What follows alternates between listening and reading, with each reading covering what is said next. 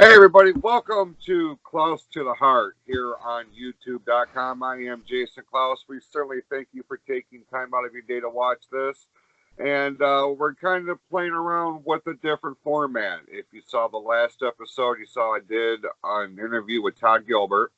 And I was, for all intents and purposes, very pleased with how that turned out.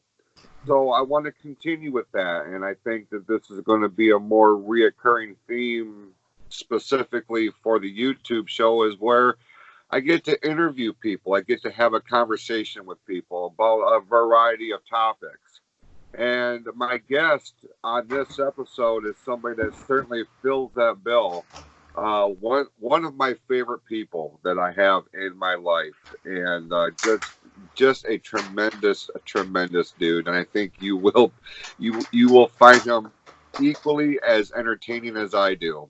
So with that being said, please welcome the one and only Pope Brandon Brownson. Hello, my beautiful audience of YouTube. It's your boy, Pope of Dope, here on Close to the Heart at last. How you doing, Bash? Hey, I am blessed, buddy, and hopefully you are doing well, especially with the everything that's going on in the world right now. Oh boy, did things get fucky in the past few weeks. It's something else. It's like a bad movie, right? So God, I was driving around the other day and I saw a bunch of vultures just eating a man. It was fucked. Well, Pope, I wanted to bring you on here this week because given the gravity of life right now and everything happening with the coronavirus, the world needs happiness. The world needs some positivity. The world needs to be entertained. And you, my friend, certainly fit that bill. So that's why we wanted to bring you on this week. Oh shucks, buddy, you're filling me up with the warm and fuzzies. I'm gonna start vomiting rainbows. and the Fago there I see in the background. Oh yeah, I'm trying to get a sponsorship deal. Desperately. I understand. Here, it's okay. You're not trying to get that Fago money. I'll move it. Oh my God, is that more Fago? I'm prepared. Fantastic. Where are you at, Pope? My room. Or do you mean like in life?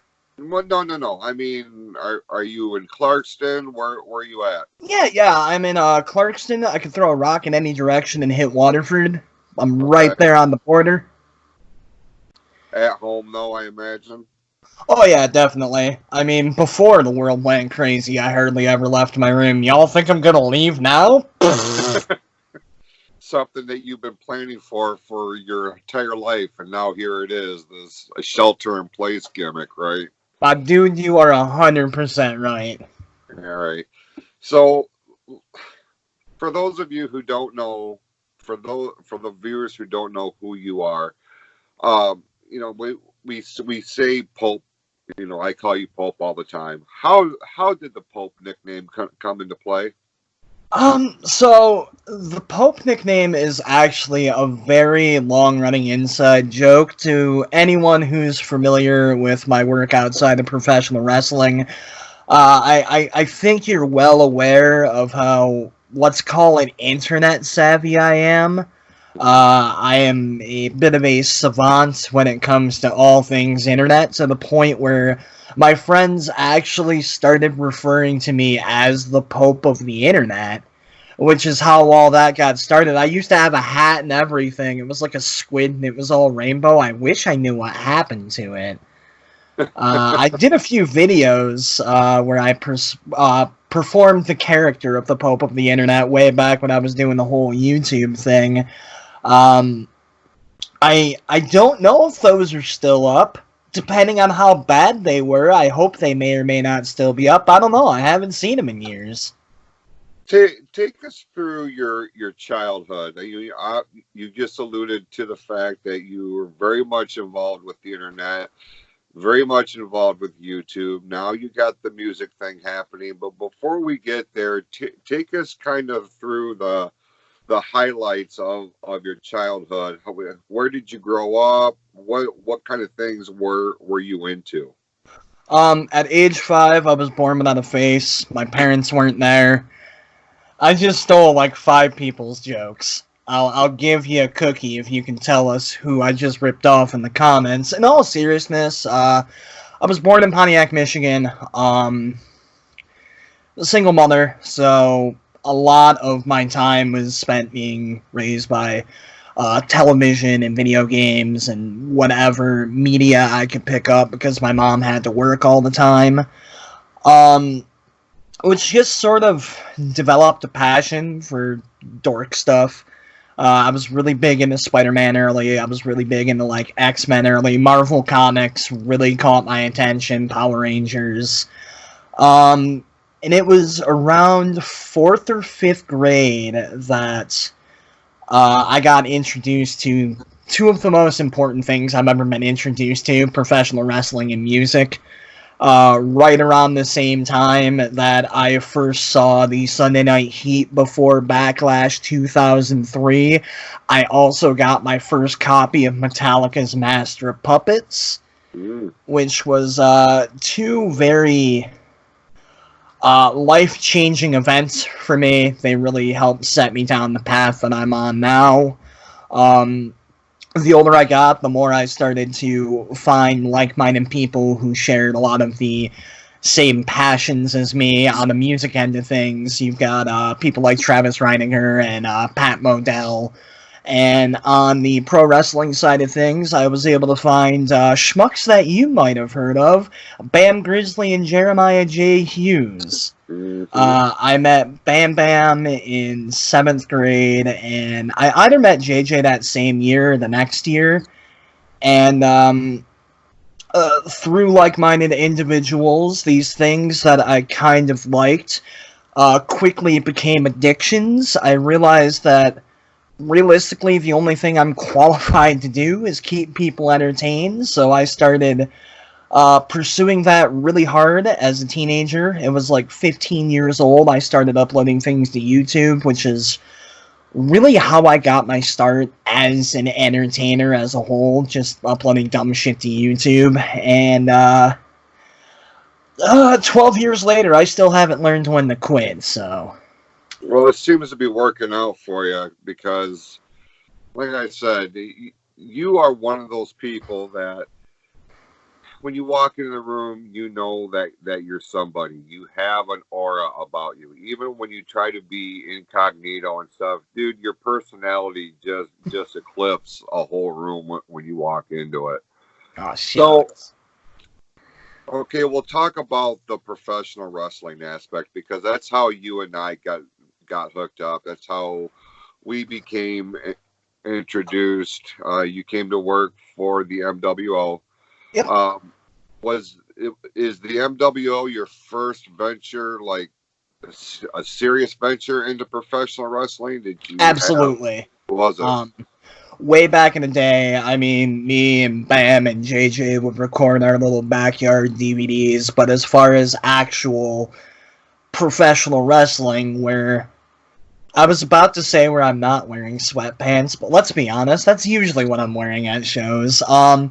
No, the first actual show I went to was an IWE show, and then 2 weeks later, I went to Christmas Clash 2014, which would have been my first MWO show, and it was 2 months later. I find it hilarious that you had Todd on last time, because I also made my debut at Bunkhouse Brawl 2015.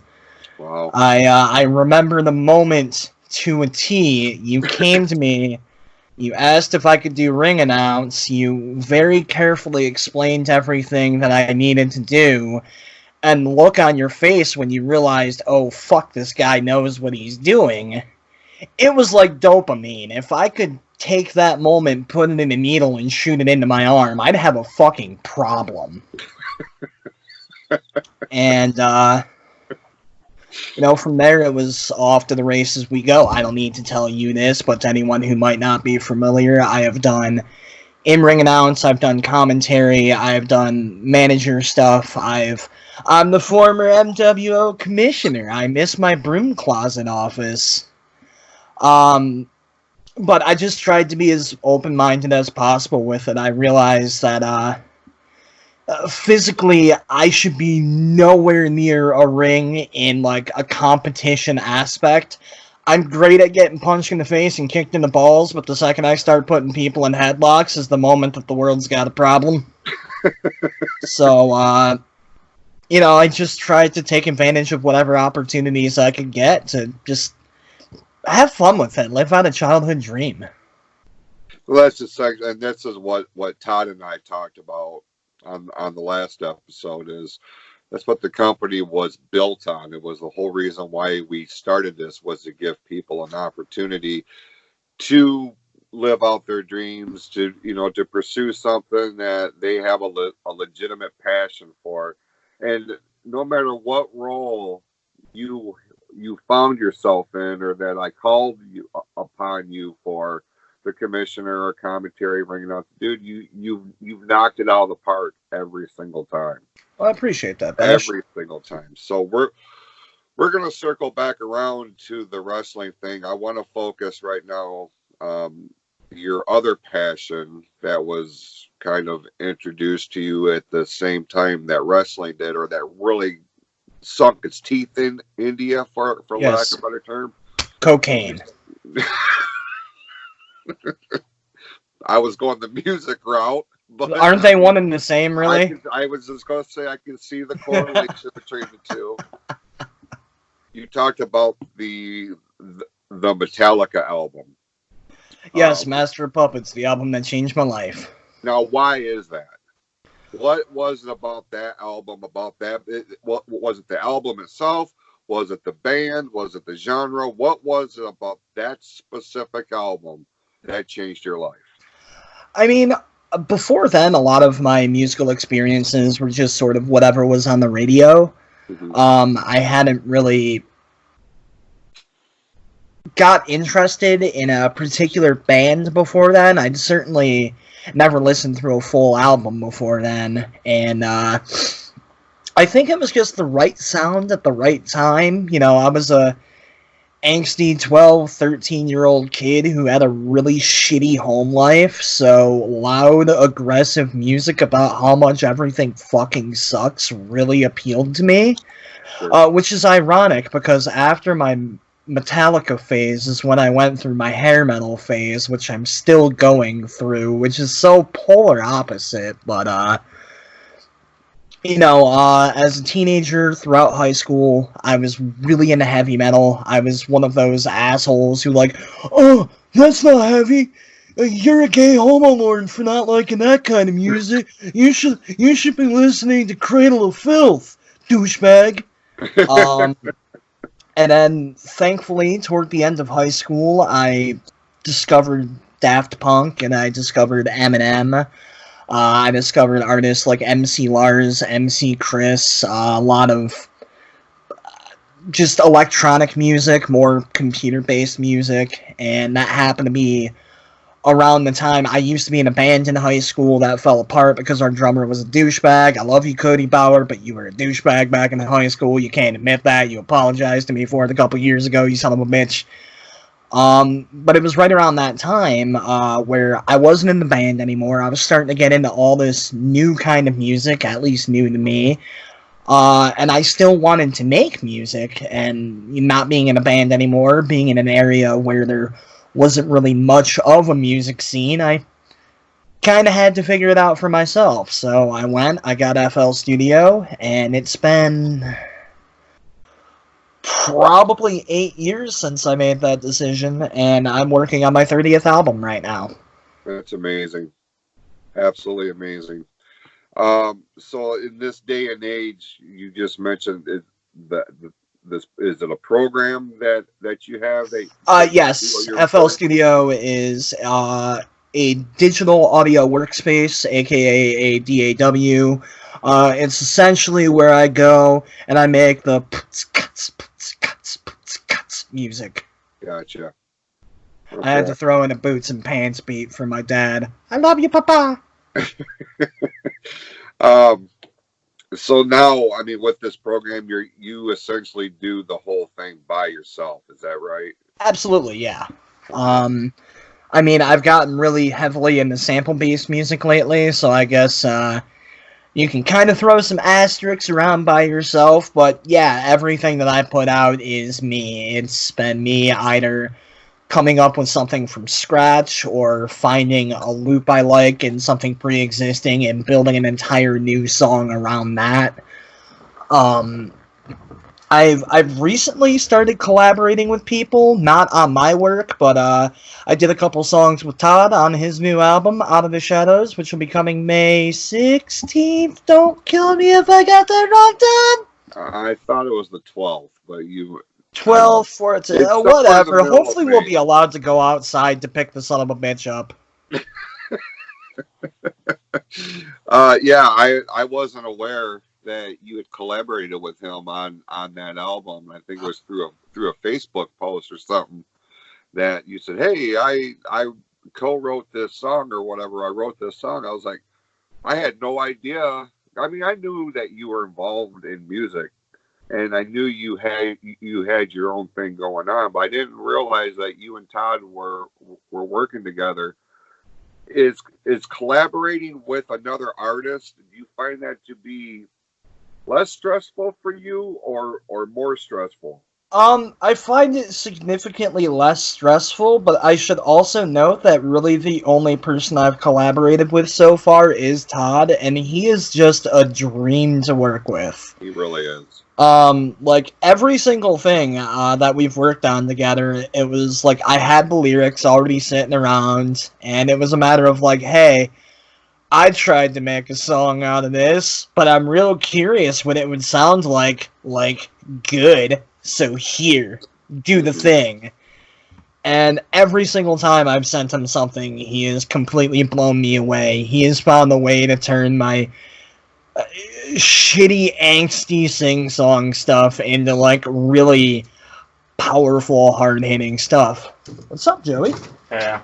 Want to say hello to the space of YouTube? That's my brother. I love him dearly. How's it going? Yeah. You opening the window? Yeah.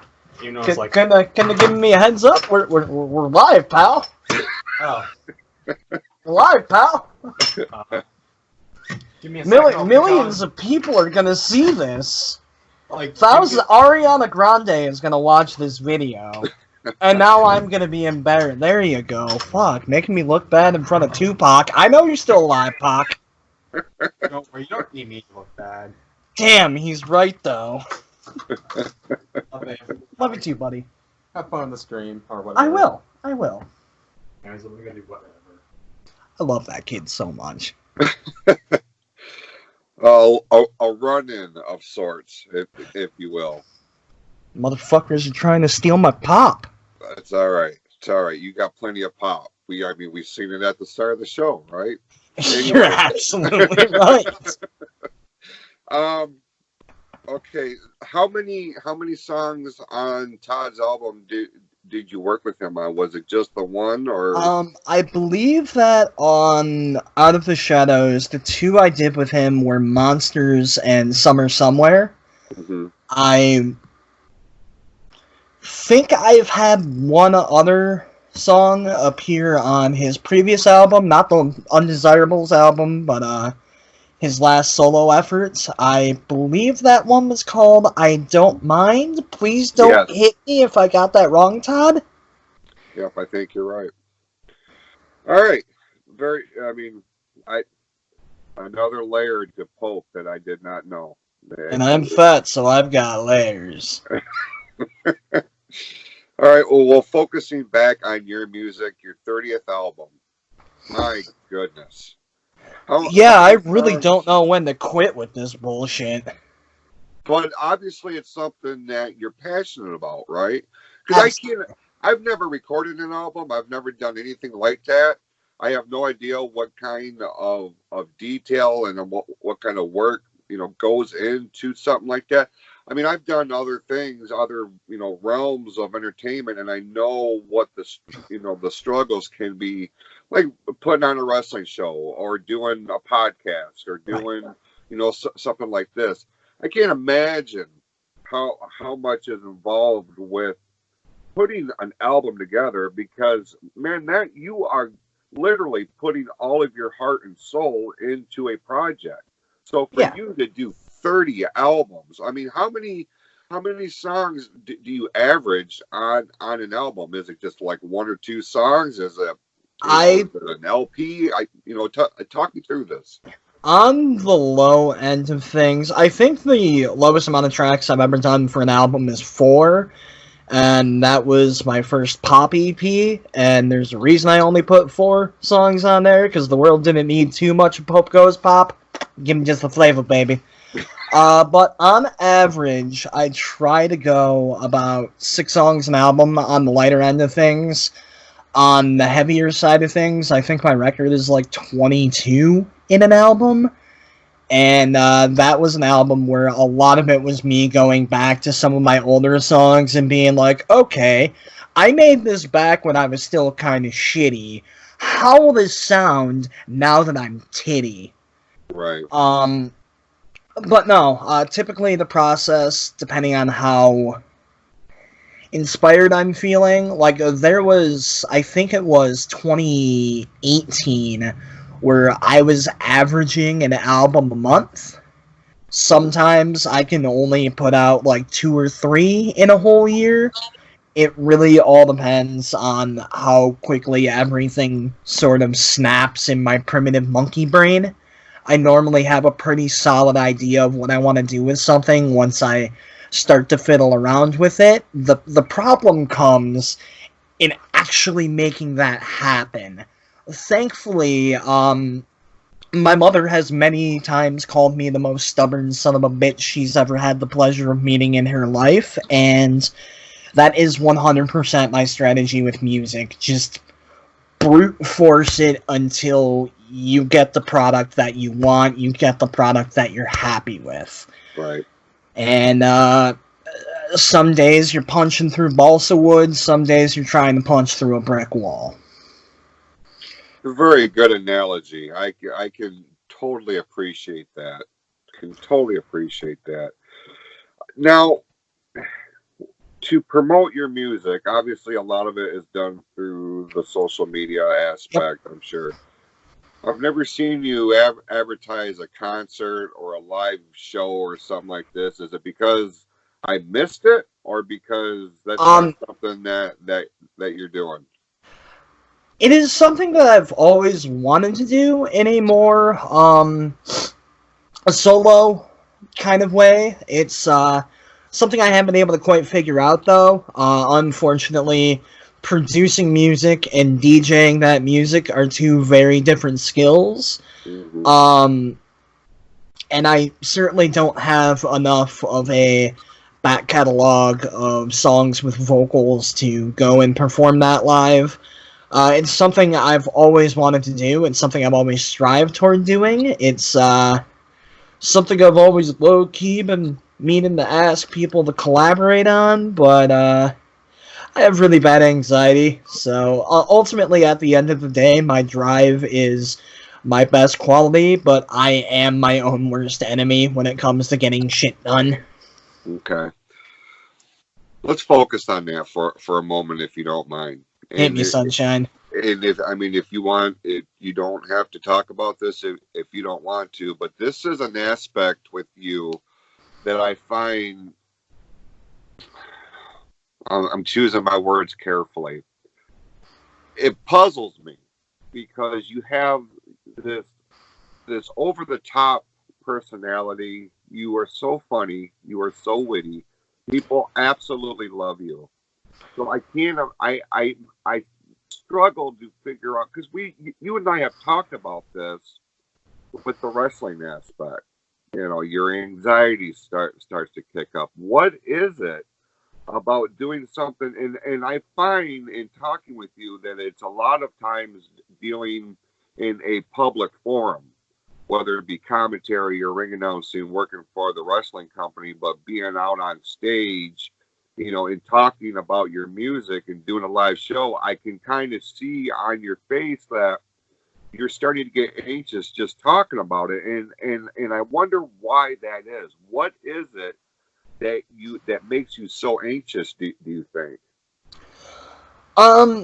Well, if we want to just go ahead and blow the lid off it, I am a very mentally ill individual, and I don't mean that in the, oh, he's crazy. I mean, I was clinically diagnosed with depression, anxiety, PTSD, and bipolar disorder from the suicide wing of the Wacko Shack, so, I find that when I have those things untreated, the entire world that I have built for myself falls like a stack of dominoes. And for a very long time, I was trying to deal with it untreated. I was trying to deal with it without proper medication. Basically, my antidepressant was marijuana for years.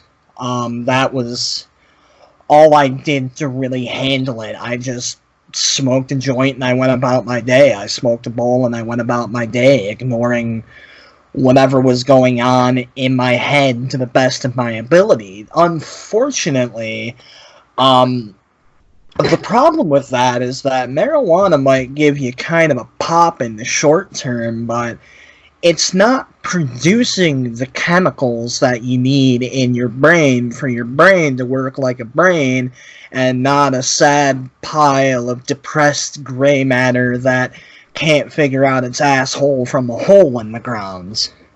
And in the case of live entertainment in particular, when I first started off in the biz, I found that the case was I was nervous as fuck until I heard the crowd pop. The second you hear that first pop, everything melts away and you just become whatever you're supposed to be.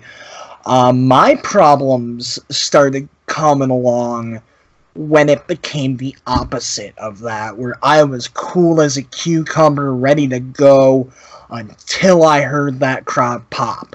And all of a sudden, my palms are sweaty, knees weak, arms are heavy, there's vomit on my sweater already, mom's spaghetti.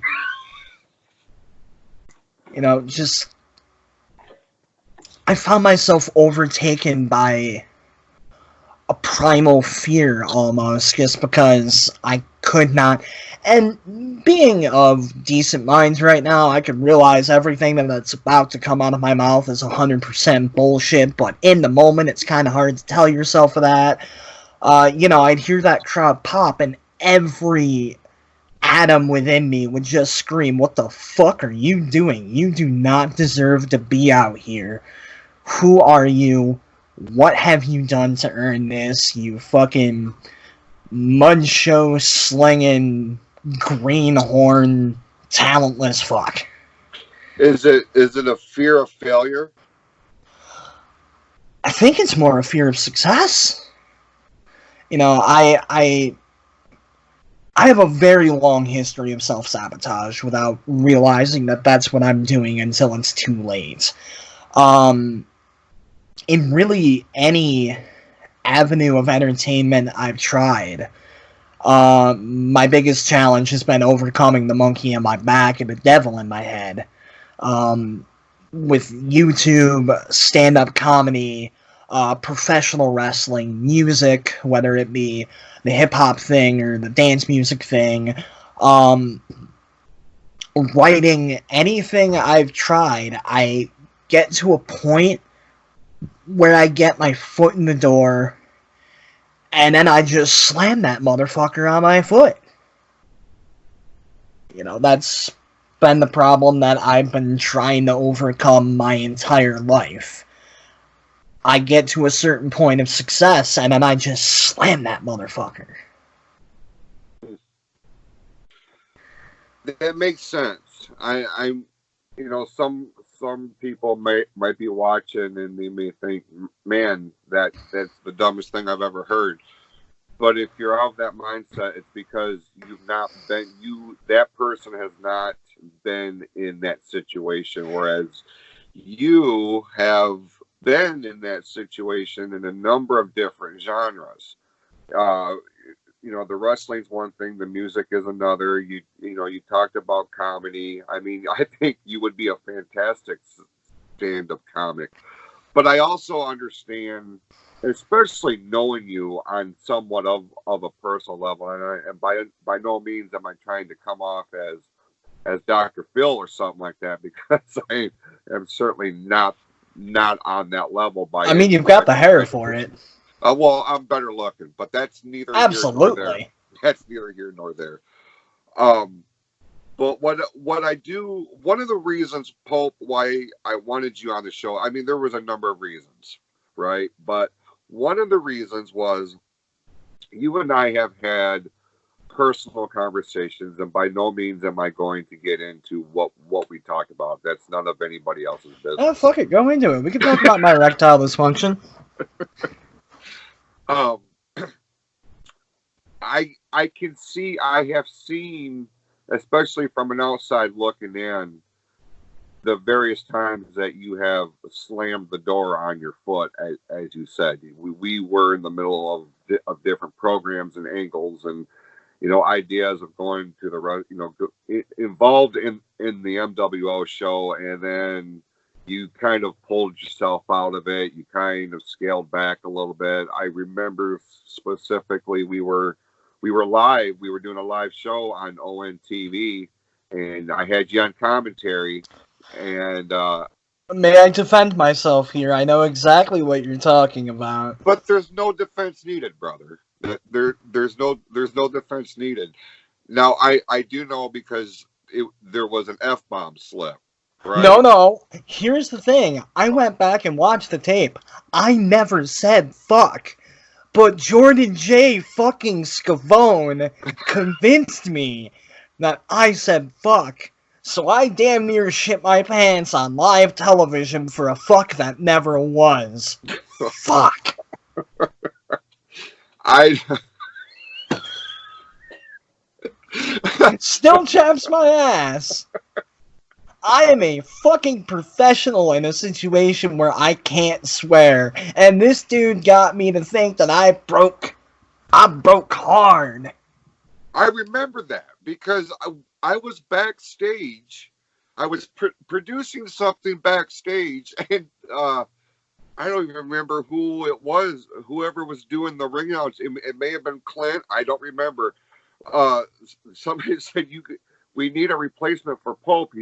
He's got to get pulled, and I thought you had gotten sick or something like that. You weren't feeling good or whatever. And then they told me what had happened, and you said something about dropping the F-bomb while we were live on the air, and I mean, I kind of chuckled about it because I was like, well, and how could you not? It's live TV. There's nothing that can be done. We don't have a 5-second button, Well, it's Pope. It was gonna happen sooner or later. Well, and I remember talking to Joe Johnson, who is the director of the shows over there, and I said we may have a problem, and you may want to look for this in post production.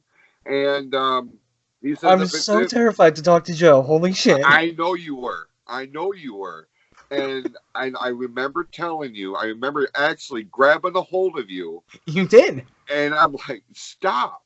Everything is fine. We are not on network broadcast television. We are on public access, and public access does not have the same guidelines as your channel 7s, your channel 2s. You know what I'm saying? But it was absolutely no problem. But you hung on that. My point is, I told that story for this reason, because I get off on sidebars. But you hung on that for a long time. I hung on that until I watched that I didn't say fuck. Well, I mean, even if it was in there, I'm sure they took it out or whatever. But right. My point was, I knew it wasn't nearly as big of a deal as what you thought it was. But you hung on that for a long time. You beat yourself up. I mean, months went by, and you still brought it up. My point is, we all are going to make mistakes on our roads to where we want to be, because I know you, and I know that you have aspirations of being very, very successful with YouTube, with music, and I've seen you pull yourself back right as the ball is really starting to get going. And I've always wanted to actually sit down and talk with you and be like, what the hell is going on? You know? Yeah. But now that you're explaining this to me, everything is starting to fall into place.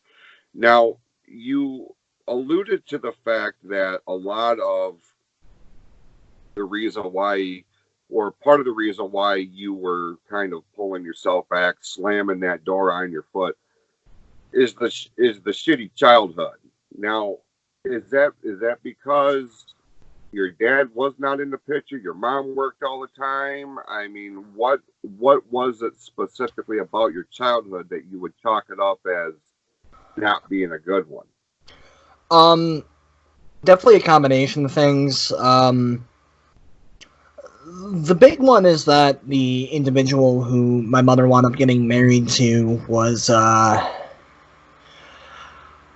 need to figure out how to word this politely because we're on decent terms now, but he used to be kind of a scumfuck. Just a very angry individual, a very domineering individual, someone who was very quick to point out every little flaw that I had and really dote on those flaws.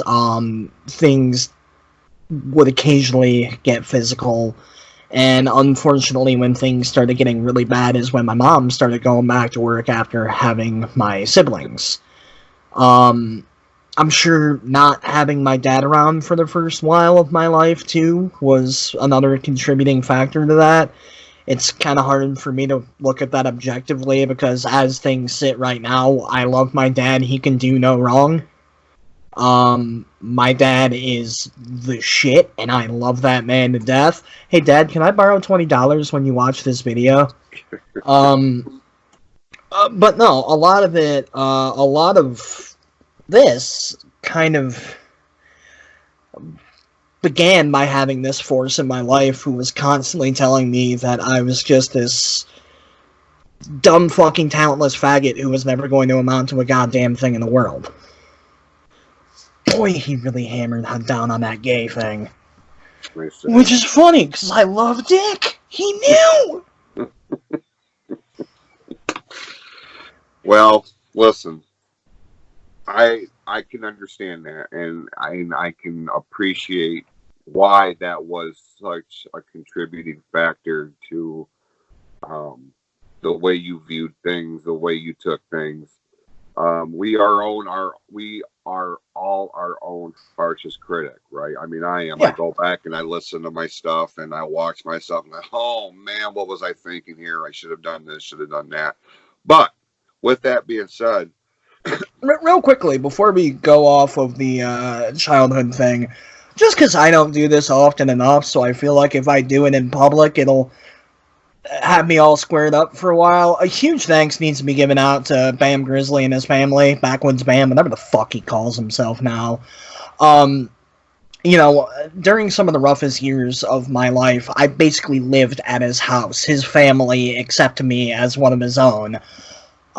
So just real quick, Bam, Kathy, I love you guys. Y'all are family to me. I really don't say that to you enough anymore, but thank you for taking me in when I was just a punk-ass kid who needed a place to go and goddammit needed a shower about a week before he took one. Yeah, Bam's good people. Bam's one of the greatest people I've ever known. Him and JJ both. They are both phenomenal individuals. My balls still hurt because of how often the two of them kicked him as a kid, but other than that, I guess they're okay. Yeah, they're both great people. We were very fortunate to have them in the MWO. But so let's wrap the music the music thing up. You said you have your 30th album. Is it out now or is it coming out? It is currently in the works. I'd say I'm maybe halfway done with it right now. Yeah, this one's actually taking a little bit longer to come along than I had hoped for, but it is coming along. I am not at a brick wall that I have to punch my way through. At this point, it's more of like a nice sturdy wood, maybe like a mahogany. Where can people find your music at? Pretty much everywhere. I try to really promote my Bandcamp, popebrandonbrownson.bandcamp.com, and I try to really promote my Spotify at Pope Brandon Brownson, but that's because those are the motherfuckers that pay me the most. You want to listen to me on iTunes? Go for it. Pandora? Do it. Deezer? I don't even know what the fuck Deezer is, but I'm on it. Oh, I guess while I'm promoting audio stuff, just super quick, also, if you want to hear me on another podcast, I'm going to be debuting on a superhero playcast called Masks and Mayhem very soon here. You can check that out on Spotify, Anchor, or wherever you check out podcasts. Just wanted to make sure I got that plug in before I completely forgot about it. that's awesome. That's really you're going through Anchor. I believe that's one of our platforms. If it's not RC, please don't crucify me. Okay, because that's who I go through when I do my audio podcast. That's why I was like, oh, no shit. Well, of course you're on Anchor, because you're holding this motherfucker down. Oh, Pope, you are one in a million, my brother. Aw, no you. No you. You just stop. Let's talk. Not you are very vocal about everything. I don't shut up. now with pro wrestling, specifically the current product that's offered by the major leagues, your WWE, AEW, New Japan, Impact, TNA, whatever the hell they are now. With this coronavirus pandemic thing going on and all of the live events being canceled, postponed, they're producing shows in empty buildings. WrestleMania apparently is going to be one of those that's going to be in an empty building. What's your take on all that?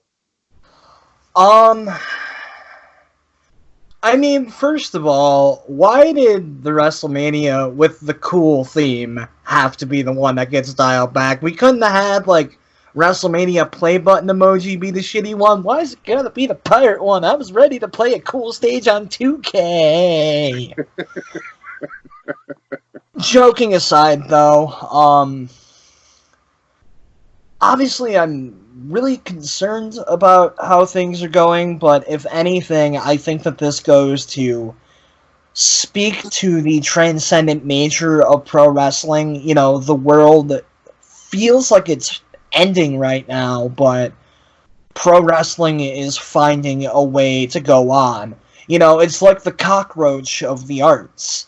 You can stomp on us, you can drop nuclear bombs on us, we're gonna find a way to keep punching each other in the face. Right. So I think it's really cool that companies are finding a way to put out a product, even if there's not thousands of screaming fans, even if, in the case of Dynamite, it's just a couple of the boys being assholes out in the crowd. I think it's huge that we're finding a way to continue, that pro wrestling is still around, still entertaining people when they fucking need it. Right. To kind of circle it back to a more personal thing, you know, when I first discovered pro wrestling, it was during a point where there was some heavy shit going on and I needed it. I discovered pro wrestling shortly after I had an uncle that passed away, so you know, I've always used pro wrestling most when I was going through shit, and I find it really cool that as now the entire nation is seemingly changed overnight, you know, pro wrestling is still providing that for people. Pro wrestling is still around. It's entertaining people. There's still stories being told, and fantastic stories, depending on what company you're watching. Fuck you, Vince! Not digging the WWE right now? Oh, dude, would you like to hear the last Monday Night Raw I watched in full before last night? Okay. Before last night, the first Monday Night Raw, or the last Monday Night Raw I watched in full was the episode where they announced Hornswoggle as the anonymous Raw general manager. I turned that shit off and did not watch it again until last night. But certainly you keep up with what's going on. Oh yeah, absolutely. If I hear that there's a good WWE match, I watch it. Lately AEW has taken 100% of my interest. I love what those guys are doing.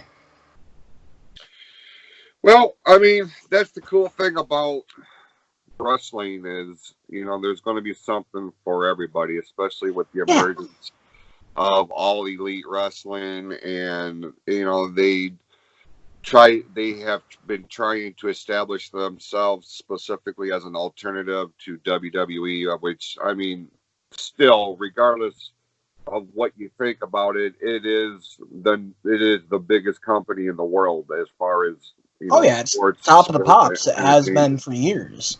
But I think Mike Quackenbush actually put it best when he said, there's so many different flavors of ice cream out there that it's kind of hard to judge the whole thing based on one particular flavor. You have the predominant flavor in WWE vanilla, but now you've got Game Changer Wrestling, you've got Impact, you've got AEW. If your name's Rex Havoc, you've got New Japan.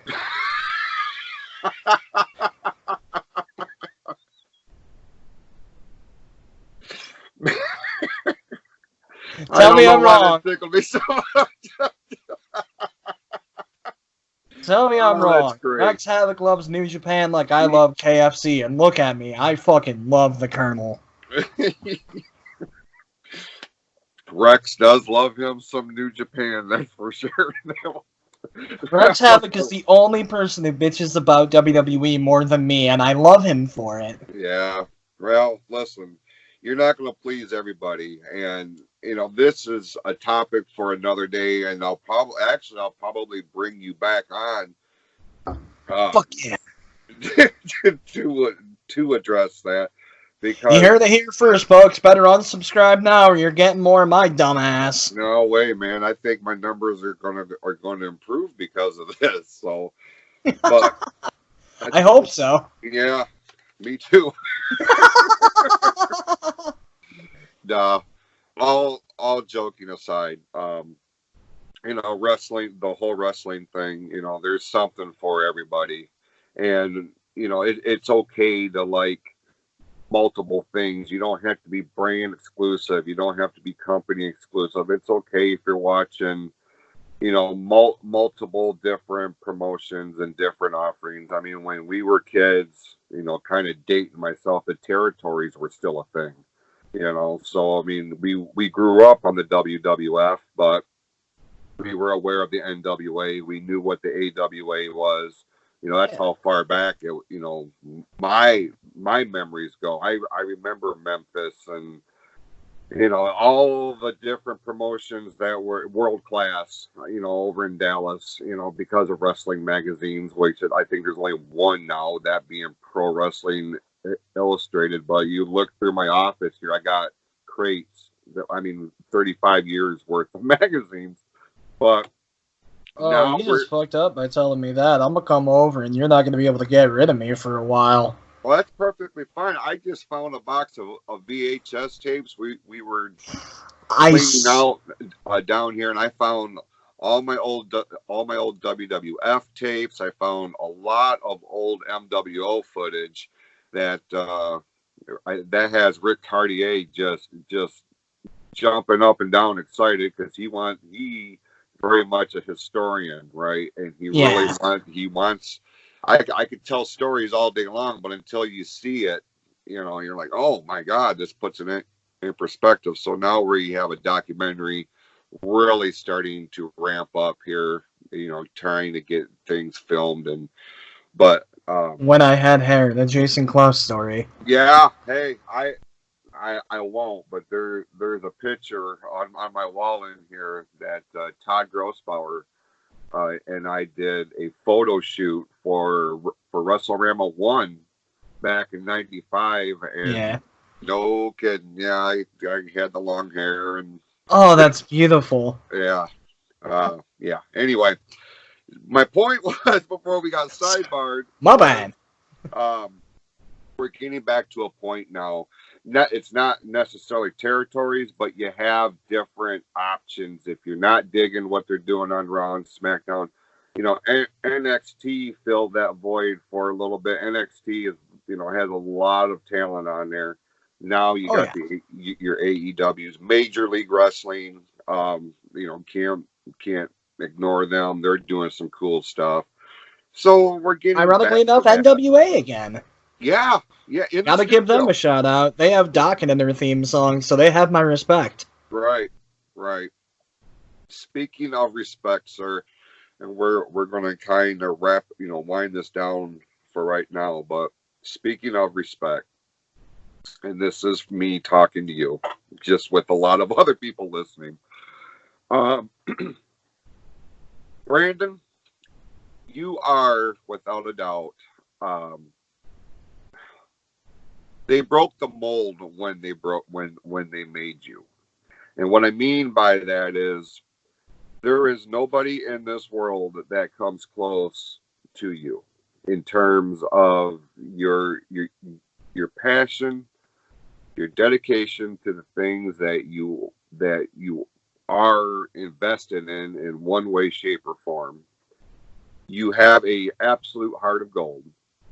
And I can understand, you know, talking with you for the last few years on and off, admittedly more in a professional setting, but we have had our personal talks, whether it be face to face or through messenger or text message. But the one thing that I want you to always remember, my friend, is that you can do anything that you want. You have already demonstrated a work ethic that is second to none, and that is what keeps a lot of people from achieving their dreams, their goals, their whatever it is that they want out of life. They don't want to put in the work. They don't have the legitimate passion because they realize that it's going to be a challenge and a struggle. You take those challenges and struggles, make a joke out of it, and then kick it to the side, and you keep moving on. You are on the cusp of something big, I have a feeling. And I don't want you to psych yourself out to the point to where you don't achieve your dreams. Because some of them, dude, I mean, they're within fingertips away. I've seen it. I've seen it firsthand. And I've seen you kind of withdraw. You deserve the success that you want. You deserve the accolades that you seek because you've put in your time. You have paid your dues. You have overcome a lot of shit to get to where you are now. You have so many people, and I don't even think you realize it, but you have so many people cheering you on that want you to succeed, and they want you to be the person that you want to be, because a happy Pope is one of the most infectious things that anybody can be around. And I mean, and anything that you do, when you are focused, when you are zeroed in, and when you are excited about it, the sky's the limit. The sky is the absolute limit. And I know you have great things on the horizon. And whether it's this new album coming out, whether it's this podcast that you're going to be a part of, which you're going to knock out of the park, let me tell you. Thank you, buddy. When you told me that you were looking to get into the podcasting thing, I mean, it was a year and a half ago that I first said I was interested in doing a podcast, and you were the first one that said, "What can I do to help? I have some knowledge, and it just wasn't the right time." Well, now's the right time, and I kind of found my way. But I wouldn't have pursued that if it wasn't for you standing up and saying, "Yes, you can do this, and yes, I think you'll be good at it." So now here we are, a year and a half later. I've got a couple of different platforms of communication, as do you, and you are going to kill it in the podcasting world, if for nothing else. Like, I want your music to take off, and I want you to be able to get to a point to where, if you want to do a live show, then damn it, you have my word. I will do whatever I can to make that happen for you. And thank you. I know I'm sure Todd would be on board. I'm sure there's a lot of people that would be on board to help you get you to where you want to be, if for nothing else, for the emotional support. And just to know that you have cheerleaders on your side, and I'm one of your biggest, brother. I want to see you, be a success in something that you are passionate about, long term and sustained. And I think you are on the cusp of it for sure. Well, I appreciate that, Bash. And since it's honesty hour and all, and since it's just a conversation between you, me, and the CIA agent who got designated to listen in to my every online conversation since 2016, I would like to once again just thank you for all the opportunity you've given me. I believe I used much the same terminology when I was accepting the Announcer of the Year award quite a few years back, but you let a thing like me come into your company and live out his childhood dreams. I know that I've not always been the easiest person to work with, but I only know that because I've been me for 27 years. As far as your reactions to the gelatinous enigma that is Pope Brandon Brownson, you have always been cool as a cucumber. You've always been so supportive of whatever stupid bullshit I threw your way.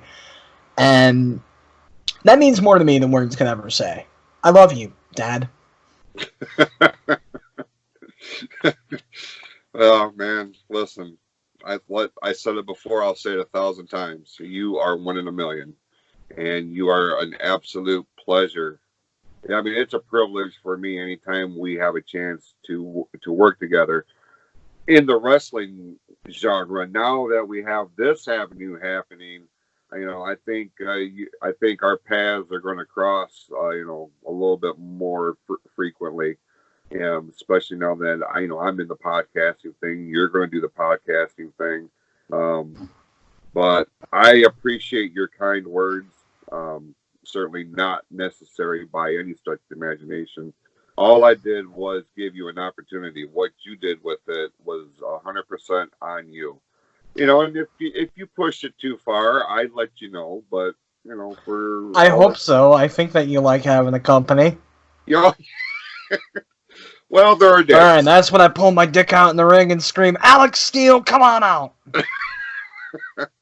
Yeah, maybe when we get to the point to where, like, well, maybe this will be the last night. You have full. Oh, dude, all I'm saying is you're so lucky that I didn't get to do any of those strip club shows. Oh, Jesus. Did I ever tell you the bit, to kind of give one more funny before we start wrapping up for the evening, did I ever tell you the bit that I really wanted to do for that? No. So before you go into it, what Pope is talking about, and I don't want anybody to get the wrong impression, but we were the MWO, did a couple of adult themed shows. And by adult themed, I mean the language. There was no restrictions on language. The violence. It wasn't nearly family friendly like 99% of our other shows are. We were invited to do a show at a gentleman's club. It was for a fundraiser for breast cancer awareness, I think was the first one. Yep. And so they brought us in to provide entertainment for a legitimate fundraiser. It wasn't like we were just going in there, setting the ring up, and had strippers all over the place. That was not the case. So, although, let's be real, that sounds like my fucking dream. So, with that being said, Pope, go ahead with your story. So around this time is when I was working the greatest feud in MWO history, Pope Brandon Brownson versus Stuntman Mike. As a side note, I love you, Dennis. Thank you for everything you've done for me in the business. I would not still be around were it not for you, and you do not get enough credit in this business. I fucking love you, Dennis Edwards, other dad. So it was when we were working the feud with that, and I saw the opportunity to really have a Pope moment at this adult-only show. So I wanted to come out, kind of do the typical Pope thing, grab the stick, or don't grab the stick. I don't remember if I was doing my whole no microphone shtick at the time or not, but I wanted to say something along the lines of, you know, we're here at a show where I can say whatever I want. I can do whatever I want. I'm gonna get this one chance and this one chance only to say it. Mike Goodman, you're a real piece of crap. God, that felt fucking amazing to say. Only you could have pulled that off to perfection, too, had that materialized. But I like to think if there's one thing I've got down by now, it's comedic timing. Yeah, for sure. For sure. Anything else you want to say before, or you plug or advertise or anything before we hop off here? Yeah, let me go ahead and throw out some plugs. So once again, if you're trying to check out what I'm doing, Facebook.com/Pope Brandon Brownson. I'm on Twitter as Brandon Brownson, Spotify Pope Brandon Brownson, I think Instagram Pope Brandon Brownson. You can probably find me on a few dating sites as Pope Brandon Brownson. PopeBrandonBrownson.bandcamp.com if you want to check out my playcast, Masks and Mayhem. And if you're trying to get a kilo of coke, talk to a man at the end of the street, a yellow poncho. His name is Paco. He'll tell you where to meet me from there.